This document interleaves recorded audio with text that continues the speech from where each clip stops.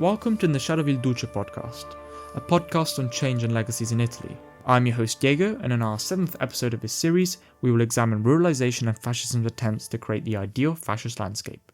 If one passes through the Apennines near the slope of Mount Gianno, a gigantic dux appears, written with trees. In 1937, thousands of forestali, or the forestry police, descended onto these mountain slopes, planting sapling after sapling in the shape of the Latin word for leader. The imposing letters dominate the surrounding landscape, a reminder of a dark time that loomed over these valleys 90 years ago. Fascism did not only leave mental scars, but physical scars too. This is a story of legacies buried deep in earth, a story of conflict between fascism and nature itself, a tale of fascism's attempts to stop the unstoppable and to ruralize a rapidly urbanizing country. This story begins not in Italy, but in America. In 1921, the Americans passed the Emergency Quota Act, which cut down the number of immigrants they were willing to admit. The USA had been, for a long time, the main destination for the destitute and poor of Italy, and America had taken in, on average, 233,000 Italians per year between 1901 and 1910. This dropped to 42,000 in the 1920s and 11,000 in the 1930s, a humongous drop. The emergency safety valve used by many successive Italian governments to ignore social change and issues in Italian society had suddenly closed. The fascist government would soon have a ticking time bomb in its hands.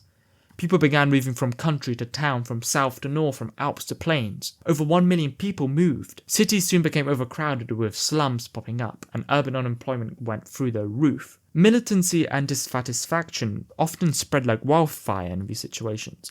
A fire that fascism knew may very well spread across Italy and undermine the foundation of fascism. Fascism had to respond, and it did. Fascism decided to go against the flow and implement a policy of ruralisation. Italy would not urbanize, but rather ruralize. It was a policy that utilized everything from deportations back to your hometown to massive land reclamation projects in marshes and river deltas. Italy would remain a nation of strong farmers and peasants, just as Imperial Rome once was. However, Mussolini didn't only want more Italians in the countryside, he just wanted more Italians in general. The supposed fertility of the countryside would lead to a population boom, which would supply the regime with 60 million Italians by 1950. The urban landscapes reduced birth rates and thus stunted the growth of Italy. Fascism would try and fight the unstoppable forces of change. Ruralisation combined a pragmatic response to a crisis with a healthy dose of fascist ideology. This wasn't just a policy to put a lid on social unrest. To a fascist, this was a crusade to refine the lost soul of Italy and redeem a landscape decayed by decadent cities and cosmopolitan values. The city was decadent and unfertile, whilst the true soul of Italy and the Italic race existed in the rural village, where men were strong and women fertile. Fascism attempted to inject its ideology into the landscape itself, and in the process create a new rural Italian, better in every way to the generation prior. This is reflected in fascism's view of nature. Nature needed to be redeemed rather than protected or preserved. It needed to be purged of the sin that it was stained by through human intervention. Beauty came from neat fields of wheat and grains rather than unkept forests and marshes. Fascism only restored landscapes crucial to national memories, such as Monte Grappa, the site of many battles during World War I. Fascism also stressed the connection between nature and soul.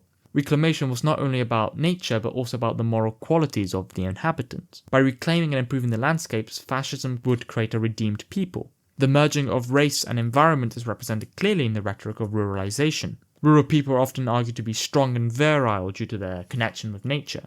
It would be the rural Italy who would birth strong Italians ready to die for the patria, and it would be the rural people who would supply Mussolini with over 60 million Italians. The most significant implementation of the ideology surrounding ruralisation was the Bonifica Integrale, or the internal reclamation/colonization works. These works involved the spending of huge amounts of resources to claw back large amounts of areas from wetlands and marshes. Largest of these were the draining of the Pontine Marshes, just south of Rome, which involved reclaiming over 840 kilometers of land. It was here where the trinity of landscape, memory, and race were implemented. Fascism would improve the barren, sterile wastelands and turn it into a productive land, purifying the people in the process and creating a national Italian identity.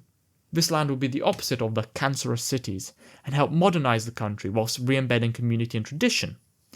As Mussolini said in his speech on the inauguration of the province of Littoria in the Pontine Marshes, the area would become both demographically and physically fascist. It would become the fascist sandbox for creating an ideal fascist society. The project also involved the construction of 18 villages, or borghi, and 5 new settlements: Littoria, Sabaudia, Pontine, Aprilia, and Pemenzia. The entire area was conceptualized in a decentralized yet hierarchical sense. Little farmsteads or poderi littered the landscape, removed from one another so they could focus their entire effort on the land and their crops. Mussolini often visited these, surrounded by idyllic countryside landscapes. He threshed wheat and ate grapes, a sign of his linkage with the people. Then came the borghi, or the small villages. These were small agglomerations of buildings including post offices, sports field, churches. The borghi were named after World War I battlefields such as Piave or Vittorio Veneto to instill patriotic memories into the Italians living there. Above these were the 5 new towns, with Littoria being the largest and most important. These towns housed the regional PNF headquarters and acted as a control node for the local villages. The towns were spacious and decentralized, a far cry from the crowded cities. Towns were built with strict planning to avoid the chaos of the cities. Large piazze were constructed surrounded by civic buildings, with the Casa del Fascio, or the local fascist office, taking center stage. These were impressive buildings with tall towers looming over the landscape. Nothing was allowed to be taller than them. Luce documentaries often focused on these looming towers. They were shown to be overbearing and omnipresent, a reminder of fascism's ever-present form. Architecture became a key tool in the totalitarian control of the people. The church in Sabaudia, for example, resembles a grain silo, a clear link to fascism's battle for grain and its attempts to increase cereal production. The mosaic that adorns the entrance also links to these policies by presenting the Annunciation of Mary with Mussolini threshing wheat in the background, meaning Italians couldn't escape fascism even as they prayed.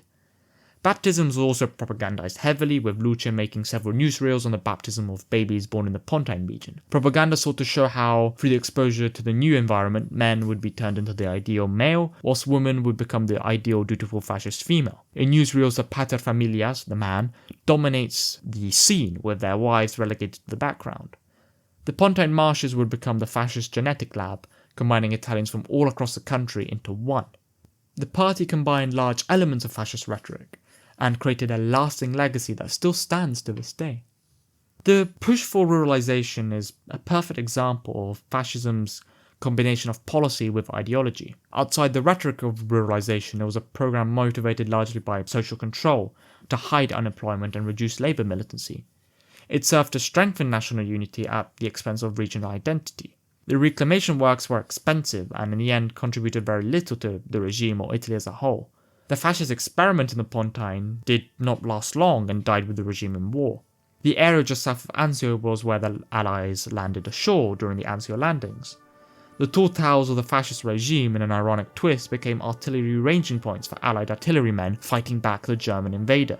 The fascist towns and villages still exist to this day, as does most of the architecture. It's the perfect symbol to represent continuity. It's where fascism lives on. Scribbled on the walls of townhouses, in the tall looming towers, or in the quiet fields of the Pontine Marshes. The Italian conscience was never fully cleared of fascism. Just as the large dux hangs over the Apennines, fascism continues to this day to hover over Italy.